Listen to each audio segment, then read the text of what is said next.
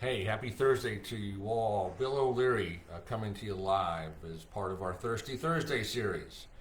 What this series is all about, for those that are new to it, it's a series where I go live every week and I talk about a different topic that I see in sort of the daily work experience that I have. For those that don't know, I am an estate, elder law, and probate attorney. My firm is Legacy Planning Law Group. So I like to talk about issues, topics that focus on those areas of the law. So if you're thirsting for knowledge, you've come to the right place.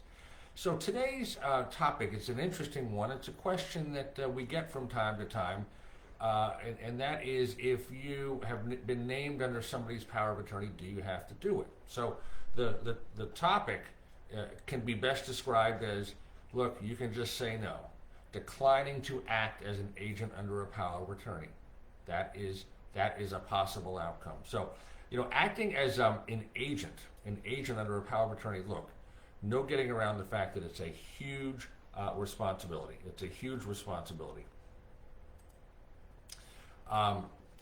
Look, it's such a big responsibility that it's really not meant for everyone. So if you're nominated in a power of attorney by somebody else, you're nominated as the agent, and let's say you don't want the job. You don't have to do it. You can resign or just refuse the position.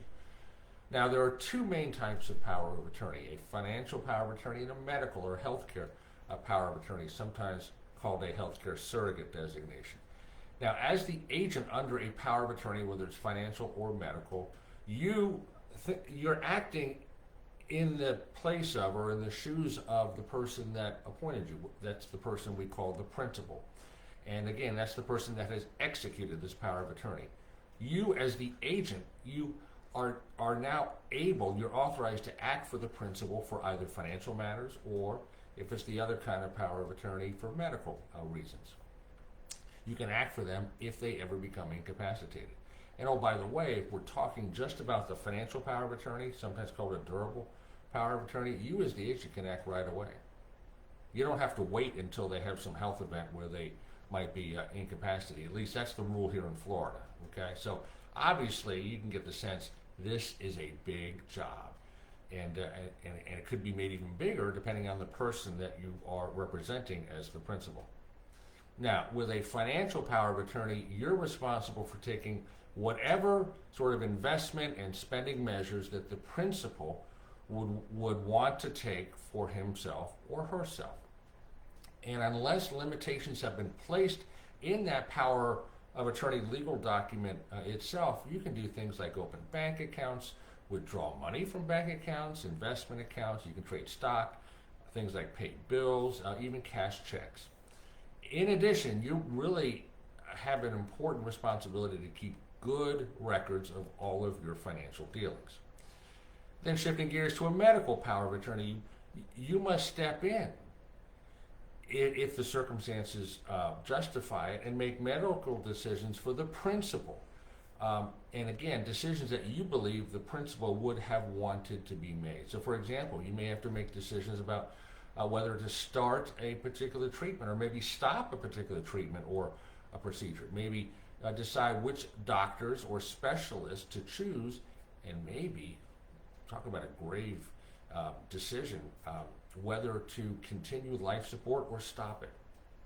Now, while an agent under a power of attorney isn't personally responsible for the principal's bills, it's still a huge responsibility and takes a lot of time and effort. So before agreeing to be an agent under a power of attorney, consider whether you're able to devote the time to it and the energy to it, to carrying out that job, and whether you emotionally are able to handle those decisions and make those decisions. In addition, think about if there are any family issues that are going on that might make your job difficult. For example, let's say there's constant disagreement among siblings. You need to know that going in. Now, let's say that you don't want to serve as the agent under the power of attorney. The best thing to do is just have an honest discussion with the person that executed it, that appointed you. You can simply tell them, hey, I'm just not the best person to act in this role. And if you've already been appointed, and maybe you've been doing it for a while, but now you want out, then you need to take steps to go ahead and formally resign. So look at the power of attorney document itself. It may lay out sort of the steps that have to be taken for you to resign.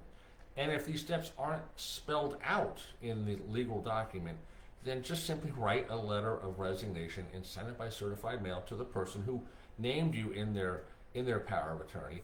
And oh, by the way, to the extent that that power of attorney also names other people that may be serving together with you as what's called co-agents, or it may name people as backups to you called successor agents, make sure they get a copy of this resignation letter as well. Now, what if the person that named you as the agent is already incapacitated and you want out? Well, that could be a little bit more complicated. Ideally, the power of attorney legal document has named a successor agent or multiple successors in an order. So in that case, you can refuse the job and then the successor agent will simply step up and take over. Now, if there are no successor agents named, then it may be necessary to go through the process of naming a legal guardian, getting that established by a court to be appointed for the principal. Now, an interested party, like a family member or friend, they could certainly petition the court for a guardianship. And then if push comes to shove and just nobody's available, then the principal may become a ward of the state. That's not a good outcome. So, hey, if you'd like to know a little bit more about the fact that you can just say no, you can decline to act as an agent under a power of attorney. If you'd like to know more about that and what that looks like, or maybe just about powers of attorney in general, and maybe you'd like to find out how we can help, we would invite you to take a very easy first step. We call it a discovery phone call. Schedule a discovery phone call with us, with our team. And scheduling is easy. Just go to the bottom of this video and there's a link for you to, that takes you straight to our booking page. Or you can go to our website, legacyplanninglawgroup.com, and just hit the book your free call button now, and again, take you straight to our booking calendar, pick the day and time that works for you. So this call, it's a great tool that we use. It's a short 15-minute call. It's complimentary, it's free, and it's a chance for you to basically start sharing your concerns with us, and we can basically start a conversation. Or you can just call the office and just Google us, Legacy Planning Law Group. So if you've enjoyed this video, please, I would love it if you would like it. Like the video, better yet, share it with your friends. So just about to sign off. Hope you've enjoyed this video that's entitled, You Can Say No. How do you go about declining to act as an agent under a power of attorney? I'm going to give a talk next Thursday as part of our Thirsty Thursday series. So if you are thirsty for knowledge, we will certainly quench your thirst. So I'm going to sign off. Bill O'Leary on behalf of everybody here at Team Legacy, a great team that I have. Go make it a great day and a better world.